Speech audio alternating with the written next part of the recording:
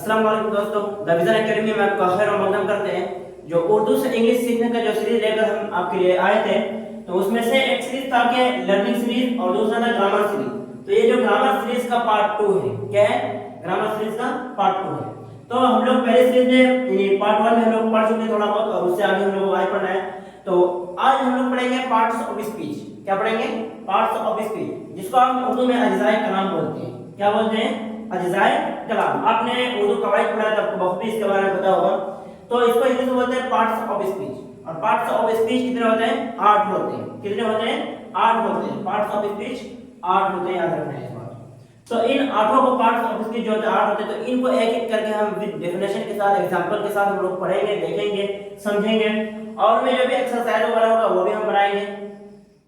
तो लिखा है कि हम अपनी गुफ्तगू के दौरान, क्या लिखा है? हम अपनी गुफ्तगू के दौरान उन जो अल्फाज किसी भी जबान में बोलते हैं, जो अल्फाज किसी भी जबान में बोलते हैं, वो अल्फाज मजमूए की शक्ल में होते हैं। मजमूए एक सेंटेंस की शक्ल में होता है, जुमला की शक्ल में वो होता है, और अल्फाज का यही माना है जुमला, अच्छा मजमूआ जुमला कहलाता है। जैसे कि एग्जांपल देखो, करीम इज ए डॉक्टर।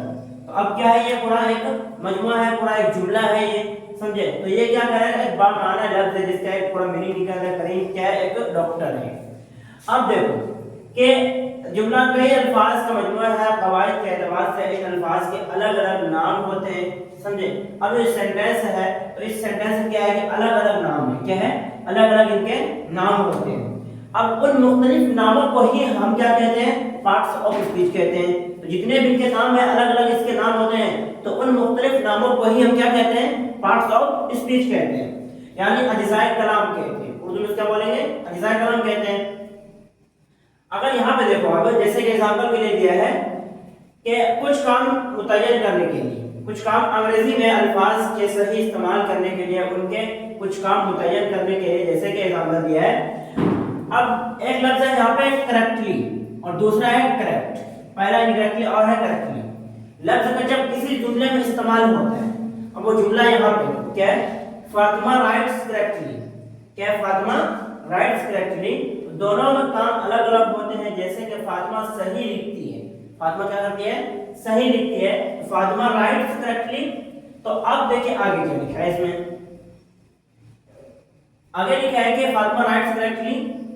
अगर उसे हम फातिमा राइट्स करेक्टली लिख देंगे तो ये जुमला क्या हो जाएगा? बिल्कुल गलत हो जाएगा। क्या हो जाएगा? बिल्कुल गलत हो जाएगा। लिख दे तो जुमला गलत हो जाएगा। इसलिए सही अंग्रेजी लिखने के लिए सही अल्फाज का इस्तेमाल जरूरी है। किसी भी जुमले में किसी खास माना को बताने के लिए हम सही अल्फाज का इस्तेमाल करते हैं। वो कैसे करते हैं देखो। अब इसका हल करने के लिए यही हमें पार्ट्स ऑफ स्पीच की जरूरत पड़ती है। किसकी जरूरत पड़ती है? पार्ट्स ऑफ स्पीच की जरूरत पड़ती है, जो मुद्रसा से नीचे दिया हुआ है, समझे? वो 8 आपको नीचे यहाँ पे मिलेंगे, समझे? तो ये 8 है। इसमें से पहला है नाउन। क्या है? पहला है नाउन। नाउन क्या है? एक नेमिंग वर्ड है। क्या है? नाउन एक नेमिंग वर्ड है, जिसको हम उर्दू में इसम बोलते हैं। क्या बोलते हैं? इसम बोलते हैं। अब देखो कि नाउन होता क्या है। नाउन होता क्या है? अब यहाँ पे आप समझते हैं, जो अल्फाज, क्या बोल रहे हैं कि जो अल्फाज नाउन्स की जगह पर इस्तेमाल किए जाते हैं उन्हें हम प्रोनाउंस कहते हैं। अच्छा आई एम वेरी सॉरी, ये वाला डिफिनेशन पढ़ना था, ये वाला पढ़ लेंगे। तो किसी शख्स या जगह चीज के नाम को हम नाउन कहते हैं। क्या कहते हैं? नाउन कहते हैं। तो यहाँ पे क्या है कि किसी शख्स भी आ रहा है, जगह भी आ रहा है, और चीज भी आ रहा है, समझे? तो इन सभी चीज को हम क्या कहते हैं? नाउन कहते हैं। अब देखो एग्जांपल, करीम हो गया, कानपुर हो गया। अब देखो ये जो करीम है ये क्या है? शख्स है, और कानपुर क्या इसमें? जगह है, और बुक इसमें क्या है? चीज है, समझे? तो ऑनेस्टी, लाइफ इसमें इस तरह से दिया है। तो इसी को हम क्या बोलेंगे? नाउन बोलेंगे। अब इसमें दूसरे है प्रोनाउंस। क्या है? प्रोनाउंस। अब जो अल्फाज नाउन्स की जगह पर इस्तेमाल किए जाते हैं उन्हें हम प्रोनाउंस कहते हैं। क्या कहते हैं? प्रोनाउंस कहते हैं। अब एग्जांपल के लिए अगर मैं आपको बताऊं, जैसे कि आई हैव ए कैट, मेरे पास एक बिल्ली है। मेरे पास एक बिल्ली है। अब देखो मैं तो इस्तेमाल नहीं करूंगा। अगर मुझे बोला कि प्रोनाउन किसके वजह से मिल रहा है? किसी अब नाउन के बदले ये इस्तेमाल होता है। तो आई हैव ए कैट यहाँ लिखा, तो इसमें अब कैसे इस्तेमाल हुआ मैं देखो बताता हूँ। ये जो आई है ना, ये नाउन के बदले में इस्तेमाल हुआ है। किसके बदले में? क्योंकि मैं हूँ नाउन ना, आई, तो आई मैं हूँ, तो मेरे बदले में इसको इस्तेमाल किया गया आई, यानी मेरे पास आई हैव ए कैट। तो इसी बोलते हैं कि प्रोनाउंस इन नाउन के बदले में इस्तेमाल होना। अब आगे देखते हैं, साजिद नाउन है, लेकिन हम साजिद ना कह करके साजिद की जगह पर ही का इस्तेमाल करें तो ही प्रोनाउंस होगा। इसी तरह साजिदा की जगह पर शी और टेबल की जगह पर इट प्रोनाउंस होगा। समझे क्या होगा? इस तरह से होगा। जैसे कि अभी हम ये वाला सेंटेंस बताते हैं। अब मान के चलो कि यहाँ पे क्या था कि ही इज ए बॉय। अगर इसको सेंटेंस लोगे कि ही इज ए बॉय, वह एक लड़का है, तो यहाँ पे जो ही इस्तेमाल हुआ है वो क्या हो गया? यहाँ पे प्रोनाउन इस्तेमाल हो गया। समझे क्या हो गया? प्रोनाउन इस्तेमाल हुआ यहाँ पे ही। समझे? तो इसी तरह से अगर और एक जुमला लेंगे हम कि शी इज ए गर्ल। समझे? She is a girl. तो अब यहाँ पे जो ये शी इस्तेमाल हुआ है, तो ये शी हमारा क्या हो गया? इसमें प्रोनाउन हो गया। समझे क्या हो गया? प्रोनाउन हो गया। समझे? तो ये हो गया इसमें। अब देखो आगे,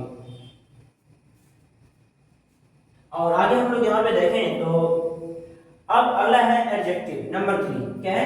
एडजेक्टिव। अब एडजेक्टिव वर्ड होता क्या है? देखो कि एडजेक्टिव किसी भी चीज की क्या करता है? खुसूसियत को बताता है। क्या बताता है? खुसूसियत को बताने, खासियत, यानी विशेषता। उसको हिंदी में क्या बोलते हैं? विशेषता, और उर्दू में खुसूसियत। तो ये क्या करता है? किसी भी वर्ड का जो है वो खुसूसियत बताता है। अब देखो यहाँ पे लिखा दिया है डेफिनेशन में कि जो अल्फाज, क्या लिखा है कि जो अल्फाज हम, अच्छा, जो अल्फाज किसी इस्म या ज़मीर के खुसूसियत बयान करें उन्हें हम सिफत कहते हैं। तो उन्हें हम क्या बोलेंगे? एडजेक्टिव बोलेंगे। अब एग्जांपल के लिए देखो कि the black horse ran fast. लेकिन यहाँ पे क्या है कि ब्लैक घोड़ा, क्या बोल रहे हैं? ब्लैक घोड़े की सिफत क्या बता रहा है? यहाँ पे ब्लैक बता रहा है। तो ब्लैक इसमें क्या हो जाएगा? एडजेक्टिव हो जाएगा। क्या हो जाएगा? एडजेक्टिव हो जाएगा। समझे? इस जुमले में ब्लैक लफ्ज एडजेक्टिव है क्योंकि यह हॉर्स की खुसूसियत बता रहा है। क्या बता रहा है? घोड़े की खुसूसियत बता रहा है। तो ब्लैक यहाँ पे क्या हो गया? आपका एडजेक्टिव हो गया। अब अगला है वर्ब। अगला क्या है? वर्ब। जिस लफ्ज के जरिए हम किसी शख्स, जगह या चीज के बारे में जो कुछ कहा जाता है उसे हम वर्ब कहते हैं। क्या कहते हैं? वर्ब कहते हैं। अब जैसे कि रहीम राइट्स ए लेटर, रहीम ने एक लेटर लिखा। इस जुमले में राइट लफ्ज वर्ब है। ये क्या है? राइट जो यहाँ पे है ये आपका वर्ब है। क्या है? ये वर्ब है। समझे? इस जुमले में राइट एक वर्ब है। अब नोट में लिखा है कि अब हमेशा याद रखना चाहिए कि वर्ब जुमले का सबसे ज्यादा खास लफ्ज है। क्या है? खास लफ्ज है। इसके गलत इस्तेमाल से माने बेमाने हो जाता है। समझे? माने वाला लफ्ज बेमाने हो जाएगा। अब एग्जांपल के लिए एक और सेंटेंस यहाँ पे कुछ देखेंगे हम लोग। पहला सेंटेंस है कि माय वाइफ लव्स मी, है ना। अब दूसरी सेंटेंस में देखो कि माय वाइफ लव्ड मी। समझे? अगर आपने ये सेंटेंस से बोला तो आपके घर में झगड़ा हो जाएगा। क्या हो जाएगा? आपके घर में झगड़ा हो जाएगा। तो इस्तेमाल बेमाने होता है। इसलिए आपको अच्छी तरह समझ लें कि मिसाल के तौर पर आपको कहना चाहिए कि हाँ माय वाइफ लव्स मी। अगर इसकी जगह पर आपने कह दिया कि माय वाइफ लव्ड मी, तो बस आपके घर में झगड़ा हो सकता है। देख लिया कि आपने सिर्फ वर्ब का सही इस्तेमाल ना करने से क्या जरूरी, क्या कितना फर्क पड़ता है। समझे? तो ये वर्ब का सही इस्तेमाल भी जरूरी है, नहीं तो आपका पूरा मीनिंग डिफरेंट हो जाएगा, बदल जाएगा। जब मीनिंग बदलेगा तो वही वाली बात आएगी कि आपके घर में झगड़ा हो सकता है। समझे? तो आगे देखो आप लिखा है ऐड वर्ब। क्या लिखा है? Add verb, modifying verb. तो वो लफ्ज जो किसी फ़ैल, सिफत या दूसरे फ़ैल के मुतालिक में कुछ बात जोड़ देता है उसे हम क्या बोलते हैं? ऐड वर्ब कहते हैं। अब एग्जांपल के लिए देखो यहाँ पे कि the flower is very beautiful. Flower क्या है? फूल बहुत खूबसूरत है। तो इस जुमले में वेरी का इस्तेमाल हुआ है। समझे? यहाँ पे देखो इस जुमले में क्या इस्तेमाल हुआ है? वेरी का इस्तेमाल हुआ है। वेरी का इस्तेमाल ऐड वर्ब के तौर पर हुआ है। किसके तौर पर हुआ है? वेरी का जो लफ्ज है इस्तेमाल हुआ है, जो वर्ड इस्तेमाल किया गया है वो किसके तौर पर हुआ है?